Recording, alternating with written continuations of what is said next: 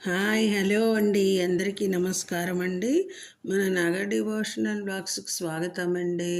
మనం ఈరోజు కార్తీక పురాణము 25వ అధ్యాయము చెప్పుకుంటున్నామండి.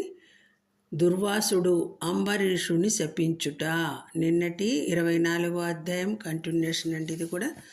అంబరీష, పూర్వజన్మలో కించిత్ పాప విశేషము వలన నీకు అనర్థము వచ్చినది.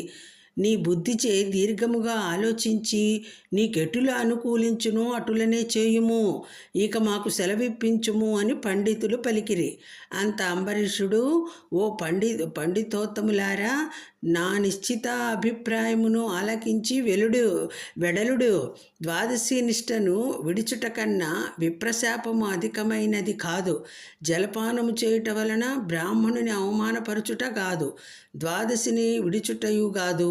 అప్పుడు దుర్వాసుడు నన్నేల నిందించును అని అంటున్నాడు. నిందింపడు. నా తొలి పుణ్యఫలము నశింపదు గాన జలపానమొనరించి ఊరకుందును.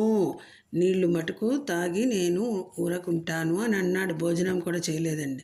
అప్పుడు దుర్వాసుడు వస్తాడు అని వారి ఎదుటనే జలపానము నొనరించెను. అంబరీషుడు జలపానం అనరించిన మరుక్షణమే దుర్వాసుడు స్నానజపాదులు పూర్తి చేసుకుని అక్కడకు వచ్చెను. వచ్చిన వెంటనే ఆ ముని మహారౌద్రాకారుడై కండ్ల వెంట నిప్పులు గ్రక్కుచు, ఓరి మదాంధ, నన్ను భోజనానికి రమ్మని నేను రాకనే నీవేళ భుజించితివి? ఎంత దుర్మార్గము, ఎంత నిర్లక్ష్యము, ఎంతటి ధర్మపరిత్యాగివి! అతిథికి అన్నము పెట్టదనని ఆశ చూపి పెట్టకుండా తాను తినినవాడు మలభక్షకుడగును. అట్టి అధముడు మరుజన్మలో పురుగై పుట్టును. నీవు భోజనమునకు బదులు జలపానము చేసితివి. అది భోజనముతో సమానమైనదే. నీవు అతిథిని విడిచి భుజించినావు కాన నీవు నమ్మక ద్రోహి వహుదువే గాని హరిభక్తుడివి ఎట్లు కాగలవు? శ్రీహరి బ్రాహ్మణ అవమానమును సహింపడు. మమ్మి అవమానించుట అనిన శ్రీహరిని అవమానించుటయే. నీ వంటి హరినిందాపరుడు మరి ఒకడు లేడు. నీవు మహాభక్తుడవని అతి గర్వము కలవాడివై ఉన్నావు. ఆ గర్వముతోనే నీవు నన్ను భోజనమునకు ఆహ్వానించి అవమానపరిచి నిర్లక్ష్యముగా జలపానమనరించితివి. అంబరీష, నీవెట్లు పవిత్ర రాజకుటుంబంలో పుట్టినావురా? నీ వంశము కళంకము కాలేదా అని కోపముతో నోటికి వచ్చినట్లు తిట్టెను. అంబరీషుడు ముని కోపమునకు గడగడా వణుకుచు ముకుళిత హస్తములతో, మహానుభావ, నేను ధర్మహీనుడను. నా అజ్ఞానముచే నేనీ కార్యము చేసి తిని నన్ను రక్షింపుడు. బ్రాహ్మణులకు శాంతియే ప్రధానము. మీరు తపోధనులు, దయాదాక్షిణ్యములు కలవారుగాన నన్ను కాపాడుడని అతని పాదములపై పడెను. దయాశూన్యుడైన దుర్వాసుడు అంబరీషుని తలను తన ఎడమకాలితో తన్ని దోషికి శాపమీయకుండా ఉండరాదు. నీవు మొదటి జన్మలో చేపగాను, రెండవ జన్మలో తాబేలుగాను, మూడవ జన్మలో పందిగాను, నాలుగవ జన్మలో సింహముగాను, ఐదవ జన్మలో వామనుడుగాను, ఆరవ జన్మలో క్రూరుడగు బ్రాహ్మణుడుగాను, ఏడవ జన్మలో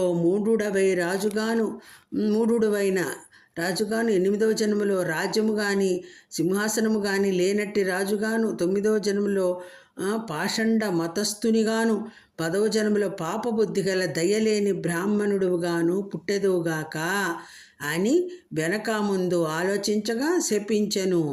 ఇంకను కోపము తగ్గనందున మరలా శపించుటకు ఉద్యుక్తుడగు చుండగా శ్రీ మహావిష్ణువు బ్రాహ్మణ శాపము వృధా కాకూడదని తన భక్తునికి ఏ అపాయము కలగకుండుటకు అంబరీషును హృదయంలో ప్రవేశించి, మునివర్య, అటులనే మీ శాపం అనుభవింతునని ప్రాధేయపడెను. కానీ దుర్వాసుడు ఇంకను కోపం పెంచుకొని శపించబోగా శ్రీమన్నారాయణుడు తన సుదర్శన చక్రమును అడ్డుపెట్టెను. చూడండి, భక్తునికి భగవంతుడు కాపాడుతానంటారు కదా. ఆ భక్తుని కాపాడడానికి భగవంతుడు శ్రీహరి అతనిలో దూరాడండి. ఆయన హద్దు లేదు కదా, ఆయన శాపాలకి లిమిట్ లేకుండా ఉన్నాడు కదా. అందుకని ఆ భగవంతుడే కూడా మెచ్చట్లేదన్నమాట. ఆ సుదర్శనము కోటి సూర్య ప్రభలతో అగ్నిజ్వాలలు గ్రక్కుచు దుర్వాసునిపై పడబోయెను. అంత దుర్వాసుడు ఆ చక్రము తనని మసి చేయునని తలంచి ప్రాణముపై ఆశ కలిగి అచ్చటి నుండి బ్రతుకు జీవుడా అని పరిగెడెను. మహా తేజస్సుతో చక్రాయుధము దుర్వాసుని తరుముచుండెను. దుర్వాసుడు తనను కాపాడమని భూలోకమున ఉన్న మహానుభావులను, దేవలోకమునకు వెళ్ళి దేవేంద్రుణ్ణి, బ్రహ్మలోకానికి వెళ్ళి బ్రహ్మదేవుని, కైలాసమునకు వెళ్ళి పరమేశ్వరుని ఎంత ప్రార్థించినను వారు సైతము చక్రాయుధము బారి నుండి దుర్వాసుని కాపాడలేకపోయిరి. చూడండి, దేనికైనా ఒక హద్దు ఉండాలండి, లిమిట్ ఉండాలి.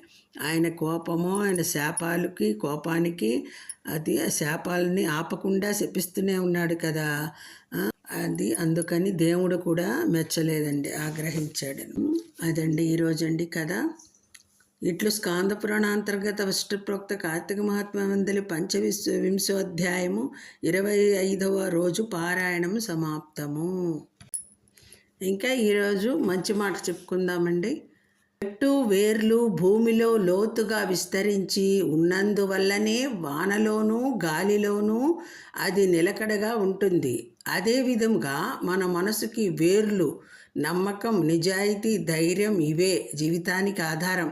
అవి బలంగా ఉన్నంత వరకు ఏ కష్టము మనల్ని కదిలించలేవు. ఇదండి ఈరోజు మంచి మాట. ఇదండి వీడియో నచ్చితే లైక్ చేయండి, షేర్ చేయండి, సబ్స్క్రైబ్ చేయండి. అందరికీ ధన్యవాదములు.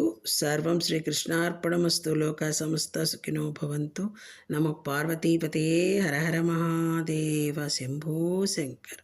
నమః శివాయ. స్వస్తి.